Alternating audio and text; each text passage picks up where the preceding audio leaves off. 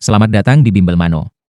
Sebuah penanyangan yang akan memberikan sebuah informasi tentang pengetahuan-pengetahuan umum yang ada di dunia, sehingga bisa bermanfaat memberikan edukasi bagi kita, yang akan dapat menambah wawasan kita yang menyaksikannya. Dan sebelum kita menyaksikannya, jangan lupa like dan subscribe-nya, supaya tidak ketinggalan informasi-informasi yang menarik lainnya selanjutnya. Selamat menyaksikan. Nah, kali ini kita akan bahas tentang John F. Kennedy. Siapakah John F. Kennedy? John F. Kennedy menjabat di Dewan Perwakilan Rakyat dan Senat AS sebelum menjadi Presiden Amerika ke-35 pada tahun 1961. Selama di Gedung Putih, Kennedy menghadapi sejumlah krisis luar negeri, terutama di Kuba dan Berlin, tetapi berhasil juga mencapai prestasi seperti perjanjian larangan uji coba nuklir dan aliansi untuk kemajuan. Pada 22 November 1963, Kennedy dibunuh saat sedang dalam iring-iringan mobil di Dallas. Dia berusia 46 tahun pada saat itu. John Fitzgerald Kennedy lahir pada 29 Mei 1917 di Brookline, Massachusetts. Baik keluarga Fitzgerald maupun Kennedy adalah keluarga Katolik Irlandia yang kaya dan terkemuka di Boston. Kakek dari pihak ayah John, P.J. Kennedy, adalah seorang bankir dan pedagang minuman keras yang kaya raya. Sementara kakek dari pihak ibu, John A. Fitzgerald, yang dijuluki Honey Fitz, adalah seorang politikus ulung yang pernah menjabat sebagai anggota Kongres dan wali kota Boston. Ibu Kennedy, Rose Elizabeth Fitzgerald, adalah seorang debutan dari Boston. Dan ayahnya, Joseph Kennedy Sr., adalah seorang bankir sukses yang meraup untung besar di pasar saham setelah Perang Dunia Pertama. Kennedy kemudian meniti karir di pemerintahan sebagai Ketua Komisi Sekuritas dan Bursa Efek dan sebagai Duta Besar untuk Inggris Raya. John, yang dipanggil Jack, adalah anak kedua dari 9 bersaudara yang luar biasa. Saudara-saudaranya antara lain pendiri Special Olympics Eunice Kennedy Shriver, Jaksa Agung Amerika Robert Kennedy, dan Ted Kennedy, salah satu senator paling berpengaruh dalam sejarah Amerika. Anak-anak Kennedy tetap dekat dan saling mendukung sepanjang hidup mereka. Joseph dan Rose pada dasarnya menghindari dunia sosialita Boston tempat mereka dilahirkan, untuk berfokus pada pendidikan anak-anak mereka. Joseph, khususnya terobsesi dengan setiap detail kehidupan anak-anaknya. Sesuatu yang langka bagi seorang ayah pada masa itu. Seperti yang dicatat oleh seorang teman keluarga, kebanyakan ayah pada masa itu tidak terlalu tertarik dengan apa yang dilakukan anak-anak mereka. Tetapi Joe Kennedy selalu tahu apa yang dilakukan anak-anaknya. Joe Sr. memiliki harapan besar terhadap anak-anaknya, dan dia berusaha menanamkan semangat kompetitif yang kuat dan keyakinan bahwa menang adalah segalanya. Dia mengikut sertakan anak-anaknya dalam kompetisi renang dan berlayar, dan menegur mereka karena hanya meraih juara pertama. Adik John, Eunice, kemudian mengenang. Saya berusia 24 tahun sebelum saya tahu saya tidak harus menang setiap hari. John menganut filosofi ayahnya bahwa menang adalah segalanya. Dia benci kalah dalam hal apapun, ucap Eunice. Hanya itu yang membuat Jack sangat emosional ketika dia kalah. Meskipun ayahnya terus-menerus menegurnya. Kennedy muda adalah siswa yang buruk dan anak yang nakal. Dia bersekolah di Canterbury, sebuah sekolah asrama Katolik untuk anak laki-laki di Connecticut, di mana dia unggul dalam bahasa Inggris dan sejarah, mata pelajaran yang dia sukai. Tetapi hampir gagal dalam bahasa Latin, yang sebenarnya tidak dia minati. Meskipun nilainya buruk, Kennedy melanjutkan ke Choate, sebuah sekolah persiapan elit di Connecticut. Meskipun dia jelas-jelas brilian, dibuktikan dengan perhatian dan nuansa luar biasa dalam pekerjaannya di saat-saat langka ketika dia berusaha keras. Kennedy tetaplah seorang siswa yang biasa-biasa saja. Lebih menyukai olahraga, perempuan, dan lelucon praktis daripada tugas kuliah. Ayahnya menulis surat kepadanya sebagai penyemangat. Jika aku tidak merasa kamu benar-benar berbakat, aku akan sangat bermurah hati terhadap kekuranganmu. Aku tidak berharap terlalu banyak, dan aku tidak akan kecewa jika kamu tidak menjadi seorang jenius sejati. Tetapi aku yakin kamu bisa menjadi warga negara yang benar-benar berharga dengan pertimbangan dan pemahaman yang baik. John, pada kenyataannya, sangat kutu buku di sekolah menengah, membaca tanpa henti. Tetapi tidak membaca buku-buku yang ditugaskan guru-gurunya. Dia juga sakit kronis selama masa kanak-kanak dan remajanya. Dia menderita pilek parah, flu, demam berdarah, dan bahkan penyakit yang lebih parah. Dan tidak terdiagnosis yang memaksanya untuk tidak masuk sekolah selama berbulan-bulan, dan terkadang membawanya ke ambang kematian. Setelah lulus dari Choate dan menghabiskan 1 semester di Universitas Princeton, Kennedy pindah ke Universitas Harvard pada tahun 1936. Di sana, dia mengulangi pola akademisnya yang telah mapan. Sesekali berprestasi di kelas-kelas yang ia sukai. Tetapi terbukti hanya seorang mahasiswa biasa karena adanya hiburan dari olahraga dan wanita di mana-mana. Tampan, menawan, dan diberkati dengan senyum yang cerah, Kennedy sangat populer di kalangan teman-teman sekelasnya di Harvard. Temannya, Lem Billings, mengenang, Jack lebih menyenangkan daripada siapapun yang pernah saya kenal. Dan saya pikir kebanyakan orang yang mengenalnya merasakan hal yang sama tentangnya. Kennedy juga seorang pencinta wanita yang keras kepala. Dia menulis kepada Billing selama tahun keduanya. Saya sekarang bisa mendapatkan tile sesering dan sebebas yang saya inginkan, yang merupakan langkah ke arah yang benar. Namun demikian, sebagai mahasiswa tingkat atas, Kennedy akhirnya serius dengan studinya dan mulai menyadari potensinya. Ayahnya telah ditunjuk sebagai duta besar untuk Britania Raya.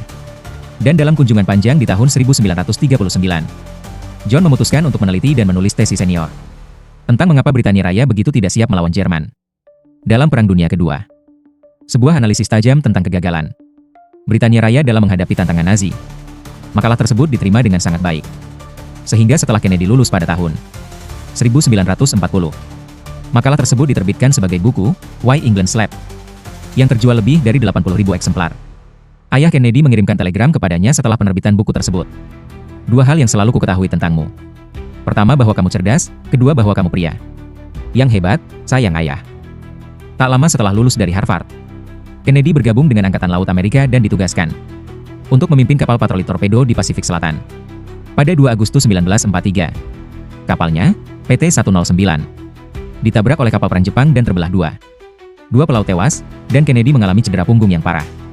Kennedy, yang menarik pelaut lain yang terluka dengan tali rompi pelampungnya, membawa para penyintas ke pulau terdekat. Tempat mereka diselamatkan 6 hari kemudian. Insiden tersebut membuatnya mendapatkan medali Angkatan Laut dan Korps Marinir untuk perilaku yang sangat heroik dan penghargaan Purple Heart untuk luka-luka yang dideritanya. Namun, kakak laki-laki Kennedy, Joe Jr., yang juga telah bergabung dengan Angkatan Laut, tidak seberuntung itu. Sebagai seorang pilot, dia meninggal dunia ketika pesawat yang ditumpanginya meledak pada Agustus 1944. Tampan, atletis, cerdas, dan ambisius, Joseph Kennedy Jr. telah digadang-gadang oleh ayahnya sebagai salah satu dari anak-anaknya yang kelak akan menjadi Presiden Amerika Serikat.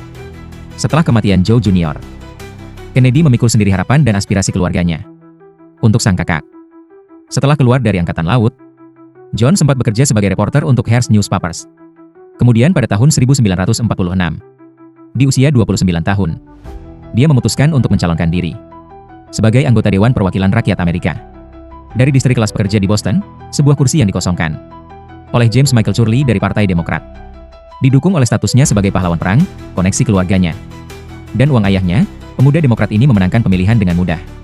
Namun, setelah kejayaan dan kegembiraan menerbitkan buku pertamanya dan bertugas di Perang Dunia Kedua, Kennedy merasa pekerjaannya di Kongres sangat membosankan. Meskipun menjabat 3 periode, dari tahun 1946 hingga 1952, Kennedy tetap frustrasi dengan apa yang dianggap sebagai aturan dan prosedur yang menyesakan, yang menghalangi seorang perwakilan muda yang tidak berpengalaman untuk memberikan dampak. Kami hanyalah cacing di DPR, kenangnya kemudian. Tidak ada yang memperhatikan kami secara nasional. Pada tahun 1952, untuk memperjuangkan pengaruh dan platform yang lebih luas, Kennedy menantang petahana dari Partai Republik, Henry Cabot Lodge, untuk memperebutkan kursinya di Senat AS. Sekali lagi, dengan dukungan finansial ayahnya yang melimpah, Kennedy mempekerjakan adiknya, Robert, sebagai manajer kampanyenya. Robert menyusun apa yang disebut seorang jurnalis sebagai kampanye yang paling metodis, paling ilmiah, paling detail, paling rumit, paling disiplin, dan paling lancar di seluruh negara bagian dalam sejarah Massachusetts dan mungkin dimanapun. Pada tahun pemilihan di mana Partai Republik menguasai kedua majelis Kongres, Kennedy tetap meraih kemenangan tipis, memberinya pengaruh yang cukup besar di Partai Demokrat. Menurut salah satu ajudannya, faktor penentu kemenangan Kennedy adalah kepribadiannya. Dia adalah tipe figur politik baru yang dicari orang-orang tahun itu, bermartabat, sopan, terdidik, dan cerdas, tanpa kesan merendahkan. Kennedy terus menderita sakit selama karirnya di Senat. Selagi memulihkan diri dari satu operasi, dia menulis buku lain yang mengisahkan 8 senator yang telah mengambil sikap berani, namun tidak populer. Buku, Profiles in Chourage, memenangkan penghargaan Pulitzer untuk biografi pada tahun 1957. Dan Kennedy tetap menjadi satu-satunya presiden Amerika yang memenangkan penghargaan Pulitzer. Selebihnya, karir Senat Kennedy selama 8 tahun relatif biasa-biasa saja. Bosan dengan isu-isu spesifik Massachusetts yang menjadi fokus utamanya, Kennedy lebih tertarik pada tantangan internasional yang ditimbulkan oleh persenjataan nuklir Uni Soviet, yang terus bertambah dan berebutan hati dan pikiran negara-negara dunia ketiga selama Perang Dingin. Tak lama setelah terpilih menjadi Senat, Kennedy bertemu dengan seorang wanita muda cantik bernama Jacqueline Bouvier di sebuah pesta makan malam dan, menurut kata-katanya sendiri, mencondongkan tubuh ke arah asparagus dan mengajaknya berkencan. Mereka menikah pada 12 September 1953. Hingga John meninggal 1 dekade kemudian. Pasangan ini awalnya berharap menjadi orang tua pada tahun 1956. Tetapi Jackie melahirkan seorang bayi perempuan yang lahir mati, dan ingin mereka beri nama Arabella. John dan Jackie kemudian dikaruniai putri mereka, Caroline, pada bulan November 1957 dan putra mereka, John Jr., pada bulan November 1960. Pada bulan Agustus 1963, putra mereka, Patrick, lahir prematur dan meninggal 2 hari setelah kelahirannya. Pada tahun 1956, Kennedy hampir terpilih sebagai calon wakil presiden dari Partai Demokrat, Adlai Stevenson, tetapi akhirnya dikalahkan oleh Estes Kefauver dari Tennessee. 4 tahun kemudian, Kennedy memutuskan untuk mencalonkan diri sebagai presiden.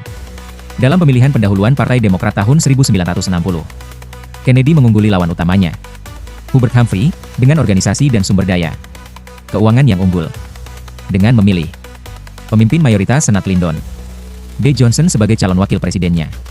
Kennedy menghadapi wakil presiden Richard Nixon dalam pemilihan umum. Pemilihan tersebut sebagian besar bergantung pada serangkaian debat nasional yang disiarkan televisi di mana Kennedy mengungguli Nixon, seorang pendebat yang berpengalaman dan terampil, dengan tampil santai, sehat, dan bersemangat, kontras dengan lawannya yang pucat dan tegang.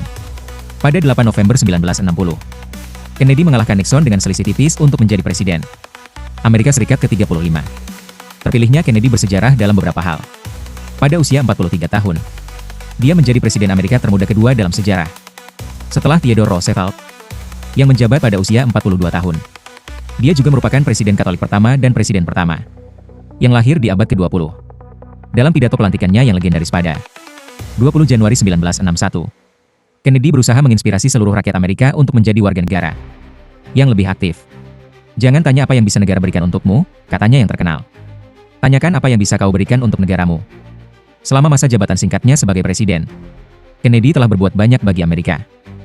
Pencapaian terbesar Kennedy datang di bidang hubungan luar negeri. Memanfaatkan semangat aktivisme yang telah dia bantu nyalakan, Kennedy membentuk PAC Corps melalui perintah eksekutif pada tahun 1961. Pada akhir abad itu, lebih dari 170.000 relawan PAC Corps bertugas di 135 negara. Pada tahun 1961 juga, Kennedy membentuk Alliance for Progress untuk membina hubungan ekonomi yang lebih erat dengan Amerika Latin, dengan harapan dapat mengentaskan kemiskinan dan mencegah penyebaran komunisme di kawasan tersebut. Kennedy juga memimpin serangkaian krisis internasional. Pada tanggal 15 April 1961, dia mengesahkan misi rahasia untuk menggulingkan pemimpin Kuba berhaluan kiri, Fidel Castro, dengan sekelompok 1.500 pengungsi Kuba yang dilatih CIA. Dikenal sebagai invasi Teluk Babi, misi tersebut terbukti gagal total, menyebabkan Kennedy sangat malu.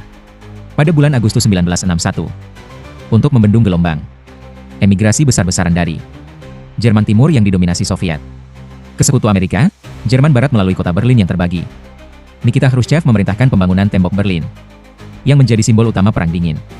Namun, krisis terbesar pemerintahan Kennedy adalah krisis rudal Kuba. Pada Oktober 1962, setelah mengetahui bahwa Uni Soviet telah mengirimkan rudal nuklir balistik ke Kuba, Kennedy memblokade pulau itu dan bersumpah untuk membela Amerika Serikat dengan segala cara. Setelah beberapa hari paling menegangkan dalam sejarah, di mana dunia tampak berada di ambang kehancuran nuklir, Uni Soviet setuju untuk menyingkirkan rudal-rudal tersebut sebagai imbalan atas janji Kennedy untuk tidak menginvasi Kuba dan menyingkirkan rudal-rudal Amerika dari Turki. 8 bulan kemudian, pada Juni 1963, Kennedy berhasil menegosiasikan perjanjian larangan uji coba nuklir dengan Inggris Raya dan Uni Soviet, yang turut meredakan ketegangan Perang Dingin. Ini merupakan salah satu pencapaiannya yang paling membanggakan. Rekam jejak Presiden Kennedy dalam kebijakan dalam negeri cukup beragam. Menjabat di tengah resesi, dia mengusulkan pemotongan pajak penghasilan yang besar-besaran, menaikkan upah minimum, dan menerapkan program-program sosial baru untuk meningkatkan pendidikan, layanan kesehatan, dan transportasi umum. Namun, terhambat oleh hubungan yang kurang harmonis dengan Kongres, Kennedy hanya mencapai sebagian dari agendanya. Kenaikan upah minimum yang moderat dan pengurangan pajak yang diperlunak. Isu domestik paling kontroversial dalam masa kepresidenan Kennedy adalah hak-hak sipil, dikekang oleh anggota Kongres dari Partai Demokrat Selatan, yang tetap lantang menentang hak-hak sipil bagi warga kulit hitam. Kennedy hanya memberikan dukungan yang suam-suam kuku untuk reformasi hak-hak sipil di awal masa jabatannya. Namun demikian, pada bulan September 1962, Kennedy mengirim saudaranya, Jaksa Agung Robert Kennedy, ke Mississippi untuk menggunakan Garda Nasional dan Polisi Federal guna mengawal dan membela aktivis hak-hak sipil. James meredit saat dia menjadi mahasiswa kulit hitam pertama. yang mendaftar di Universitas Mississippi pada tanggal 1 Oktober 1962. Menjelang akhir tahun 1963. Setelah pawai di Washington dan pidato, I Have a Dream, Martin Luther King Jr. Kennedy akhirnya mengirimkan rancangan undang-undang hak-hak sipil ke Kongres. Salah satu tindakan terakhir dalam masa kepresidenan dan hidupnya. Rancangan Undang-Undang Kennedy tersebut akhirnya disahkan sebagai Undang-Undang Hak Sipil yang bersejarah pada tahun 1964.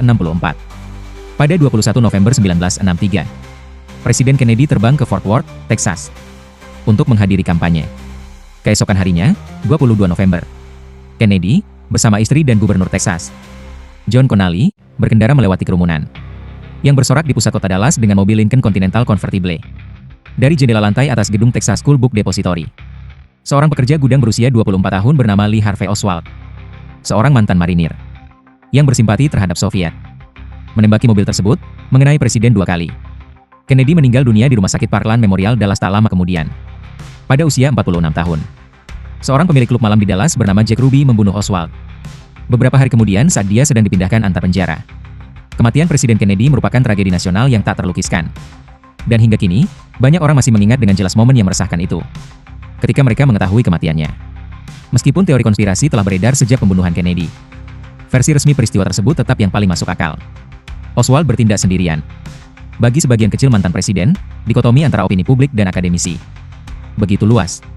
Bagi publik Amerika, serta para sejarawan pertamanya, Kennedy adalah seorang pahlawan, seorang politikus visioner yang jika bukan karena kematiannya yang terlalu dini, mungkin telah mencegah gejolak politik dan sosial di akhir 1960-an. Dalam jajak pendapat publik, Kennedy secara konsisten berada di peringkat yang sama dengan Thomas Jefferson dan Abraham Lincoln sebagai salah satu presiden Amerika yang paling dicintai sepanjang masa. Mengkritik curahan kekaguman ini, banyak akademisi Kennedy yang lebih baru mencemooh perilaku Kennedy yang merayu perempuan dan kurangnya moral pribadi, serta berpendapat bahwa, sebagai seorang pemimpin, dia lebih mementingkan gaya daripada substansi. Pada akhirnya, tak seorang pun dapat benar-benar mengetahui seperti apa Presiden Kennedy. Dan seandainya dia menyelesaikan masa jabatan pertamanya atau terpilih kembali, kita juga tidak dapat mengatakan bagaimana jalannya sejarah akan berbeda seandainya dia masih hidup hingga usia tua. Sebagaimana ditulis oleh sejarawan Arthur Schlesinger Jr. Rasanya, seolah-olah Lincoln terbunuh 6 bulan setelah Gettysburg atau Franklin Roosevelt di akhir tahun 1935 atau Truman sebelum rencana Marshall. Gambaran paling abadi dari masa kepresidenan Kennedy dan seluruh hidupnya adalah Camelot, kastil nan indah milik Raja Arthur yang legendaris. Sebagaimana dikatakan istrinya, Jackie Kennedy, setelah kematiannya, akan ada presiden-presiden hebat lagi. Dan keluarga Johnson memang luar biasa. Mereka telah begitu luar biasa bagi saya, tetapi tidak akan pernah ada Camelot yang lain lagi.